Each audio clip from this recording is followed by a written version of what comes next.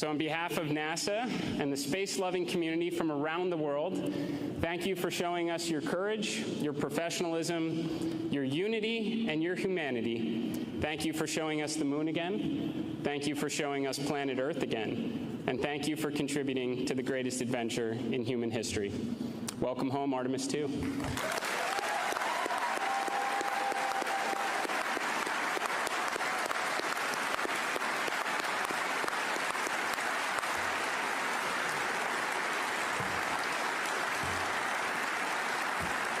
And now it's my honor to turn the floor over to Commander Reed Wiseman.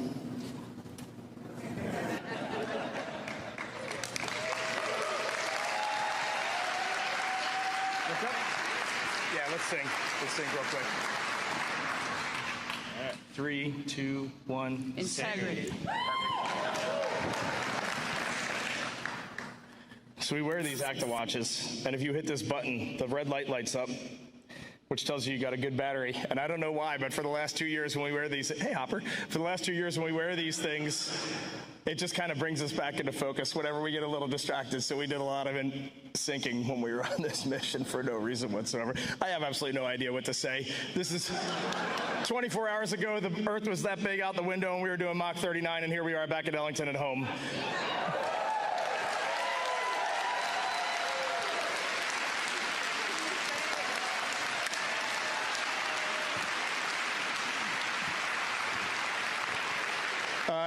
Every one of us are just going to give a couple of words, but I get the mic first, so I'm going to start. Victor, Christina, and Jeremy, we are bonded forever, and no one down here is ever going to know what the four of us just went through, and it was the most special thing that will ever happen in my life. And our families are over here, and with the exception of Dot, Susie, and Jeannie, who are in the audience, but I don't know where they are. But Dot, I'm going to hit McDonald's later today in honor of your husband. No one knows what the families went through, man. This was not easy. Being 200,000 plus miles away from home, like before you launch, it feels like it's the greatest dream on earth. And when you're out there, you just want to get back to your families and your friends. It's a special thing to be a human, and it's a special thing to be on planet Earth. Thank you.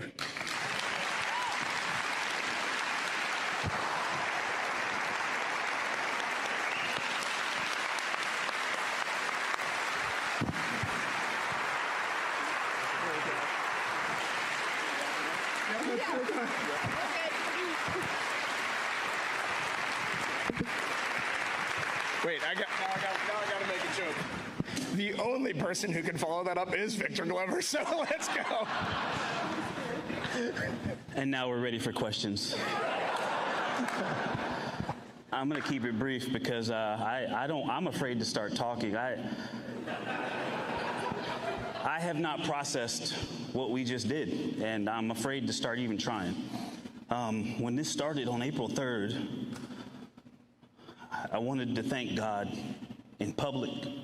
And I want to thank God again, because even bigger than my challenge trying to describe what we went through, the gratitude of seeing what we saw, doing what we did, and being with who I was with, it's too big to just be in one body. And I wanted to thank our families for everything that he just said. So great words, great words, great words.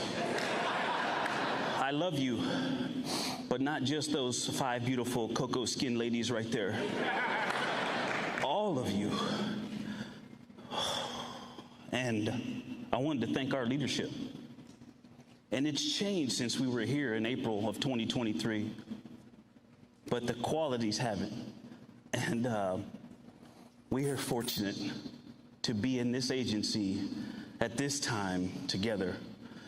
And so I'm going to sit down. Thank you also to our air operations for this facility and for our ride home from San Diego. And I love you. Thank you.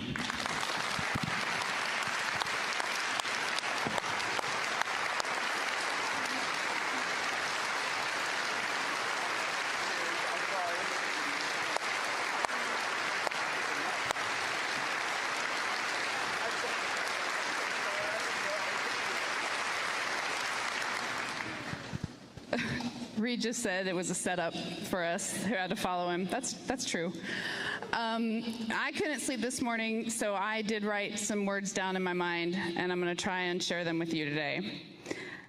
10 days ago, this journey started with our mission manager, Sean Duvall, knocking on my door in crew quarters and whispering, "Christina, we're go for launch. Get up." And it ended last night when my nurse on the ship put me to bed and said, "Ma'am, can I get a hug?" So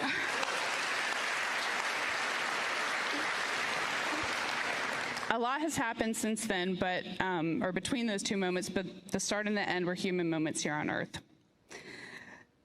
So several years ago, I was giving a speech, and I was doing my usual talk about crew and crewmates and teamwork, and someone asked the question, what makes a crew? What is different about a crew than a team? And I was like, I got this. Opened my mouth confidently to tell them everything I knew about being a crewmate. And everything that came out of my mouth was completely without value. I was like, yeah, crews, they're in space, and they work together, but they eat together too. So, they're a crew. And boats have crews. You're a crew if you're on a boat. Helps if you have a paddle. That'll be good. That'll make you a crew. But the last 10 days, I've gotten a little bit of a better answer on that question. A crew is people, or, a group that is in it all the time, no matter what, that is stroking together every minute with the same purpose, that is willing to sacrifice silently for each other, that gives grace, that holds accountable.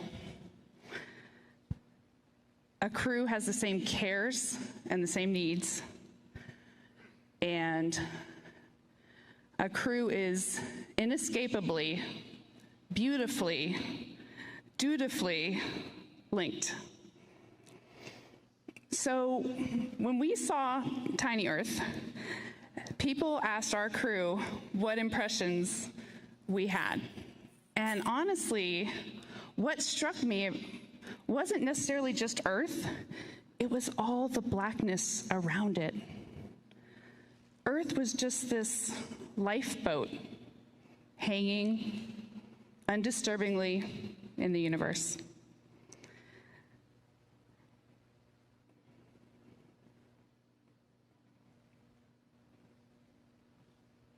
Uh-oh.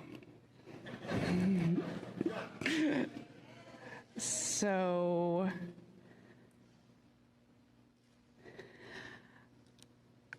I may have not learned, I know I haven't learned everything that this journey has yet to teach me.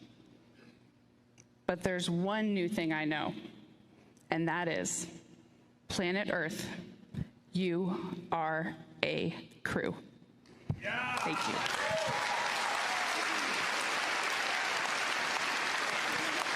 You guys gotta cut it out, man.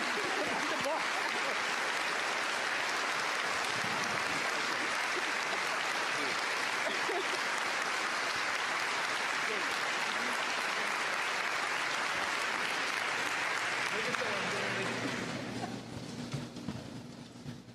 Well, it's been a lot. This isn't helping. But this is the furthest I've been away from Reed in a long time.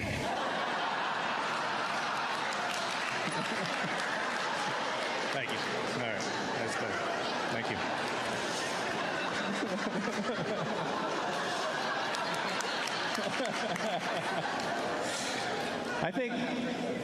Thank you. I think what I'd like to share today is maybe 3 of the human experiences for us. And you haven't heard us talk a lot about the science, the things we've learned, and that's because they're there, and they're incredible. But it's the human experience that is extraordinary for us. And it sounds like maybe for you too. And so I think I'll start with gratitude. Gratitude for my family, gratitude for NASA, for its leadership, gratitude for Canadian Space Agency, gratitude pour les Canadiennes et les Canadiens, et j'ai hâte de pouvoir revenir avec Reed, Christina, Victor, au Canada. Gratitude for the bravery and the courage for the teams to be no-go when we were no-go and go when we were go. That took a lot. And I don't think people will really ever fully comprehend how well supported and trained we were. It is almost unbelievable.